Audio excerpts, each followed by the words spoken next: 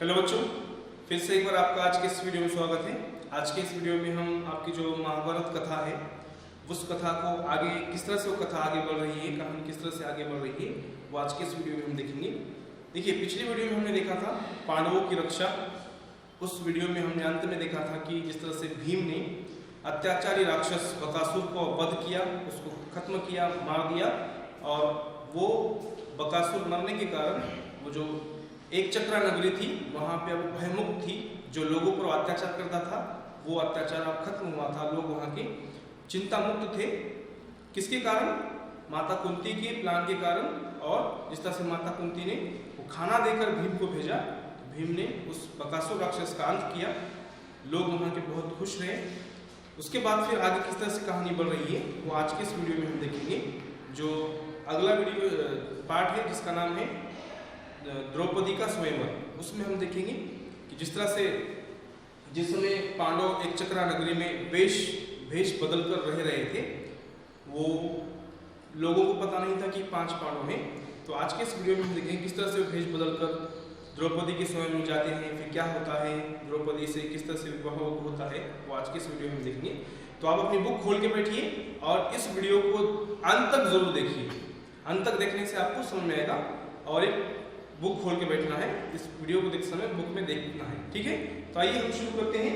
अगला जो पार्ट है हमारा 11वां पार्ट, जिसका नाम है द्रौपदी स्वयंवर। इसमें क्या होता है, कहानी किस तरह से आगे बढ़ रही है, वो आज के इस वीडियो में हम देखने वाले हैं।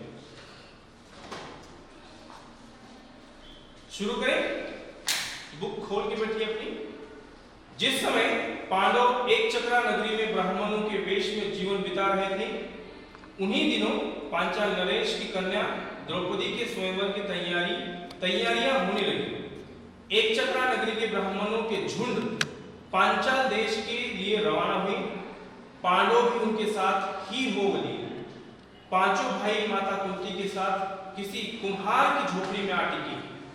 पांचाल देश में भी पांडव ब्राह्मण वेश की धारण किए रहे। देखिए, वहां पर भी वे पांचों पांडव ब्रह्मचारी के वेश में थे, भेष बदल कर रहे थे। अब यहाँ पर भी जब पांचाल देश में आए हैं माता कुंती के साथ, वहां पर भी ब्राह्मण की वेश धारण किए हुए हैं। इस कारण कोई उनको पहचान न सका। स्वयंवर मंडप में एक वृहदाकार धनुष रखा हुआ था, जो बहुत घना था, बहुत ही कठिन, जो जिसे उठा न सके ऐसा धनुष रखा हुआ था, जिसे वृहदाकार धनुष कहा गया है, जिसकी डोरी तारों की बनी हुई थी। उस धनुष की जो डोरी है, असल में डोरी रस्से से बनती है, लेकिन इसकी डोरी जो है वो तारों से बनी हुई थी, लोहे के तारों से। ऊपर काफी ऊंचाई पर एक सोने की मछली टंगी हुई थी। ऊपर काफी ऊंचाई पर एक सोने की मछली टंगी हुई थी।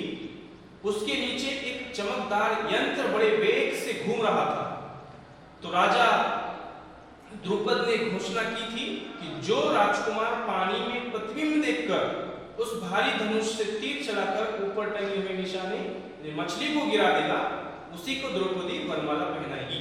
देखिए, जो ये द्रौपदी का स्वयंवर है, ये राजा अपनी बेटी का शादी विवाह करना चाह रहे थे। तो उस स्वयंवर में बहुत से राजकुमार आए थे और राजा ने ये घोषणा की थी कि जो राजकुमार पानी में प्रतिबिंब, जो छाया पानी में दिखती है उस मछली की, उसे देखकर उस भारी धनुष से तीर चलाकर ऊपर टंगे हुए निशान यानी मछली को जो गिरा देगा,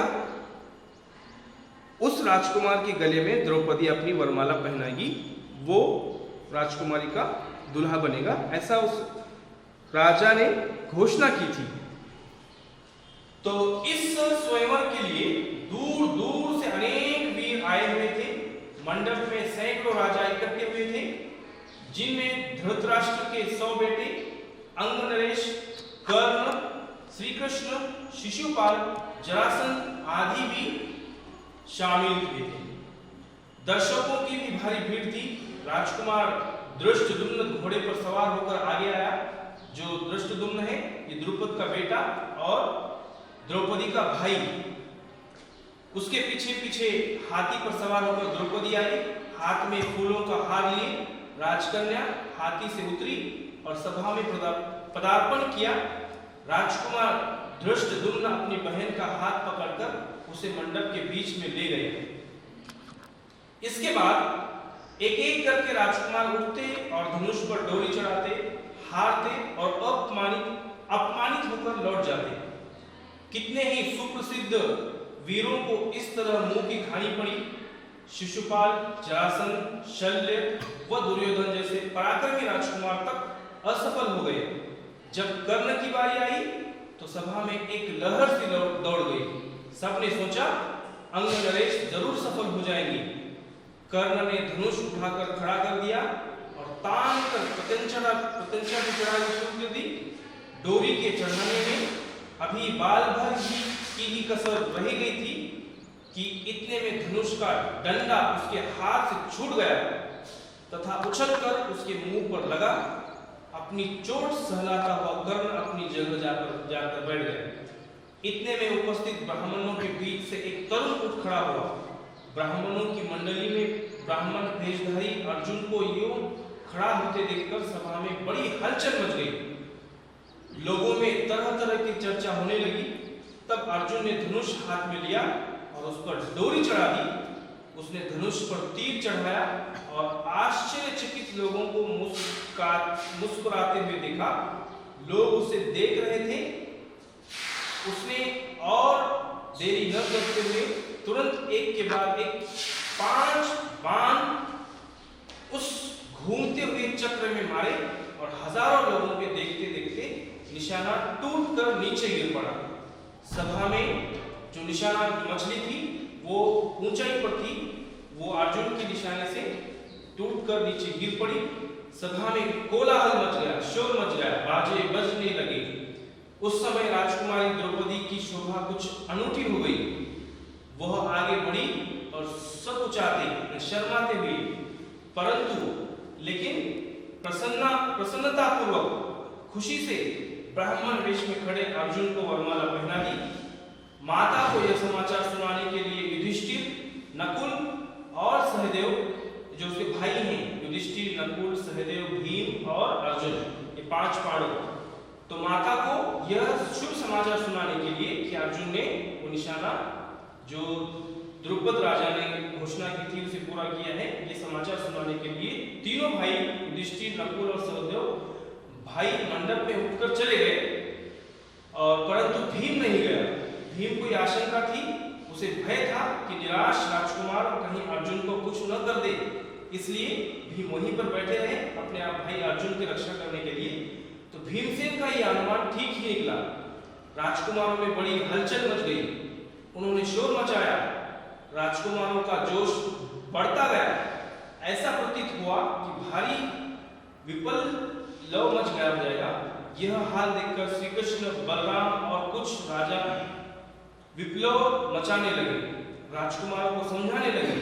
वे समझाते रहे और इस बीच भीम और अर्जुन द्रौपदी को साथ लेकर कुम्हार की कुटिया की ओर चल दिए, क्योंकि द्रौपदी ने अर्जुन को वरमाला पहनाने के कारण अब भीम, अर्जुन और द्रौपदी उनके अपने उस कुम्हार की कुटिया झोपड़ी में जाकर वो चले गए, वहां पे रुकने लगे थे।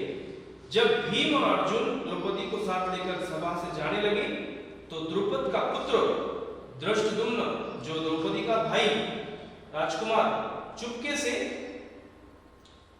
उनके पीछे हो लिया। देखा कि वो कहां जा रहे हैं। कुम्हार की कुटिया में उसने जो देखा उससे उसके आश्चर्य की सीमा न रही। वह तुरंत लौट आया और अपने पिता से बोला, पिताजी, मुझे तो ऐसा लगता है कि ये लोग कहीं पांडव न हो। बहन द्रौपदी उस युवक की मृगछाला पकड़े जब जाने लगी तो मैं भी उसके पीछे हो लिया। वे एक कुम्हार की झोपड़ी में जा पहुंचे। वहां अग्निशिखा की भांति एक तेजस्वी देवी बैठी हुई थी। वहां जो बातें हुई उनसे मुझे विश्वास हो गया कि वह कुंती देवी ही होनी चाहिए। तब राजा द्रुपद के बुलावा भेजने पर 5 भाई माता कुंती और द्रौपदी को साथ लेकर राजभवन पहुंचे।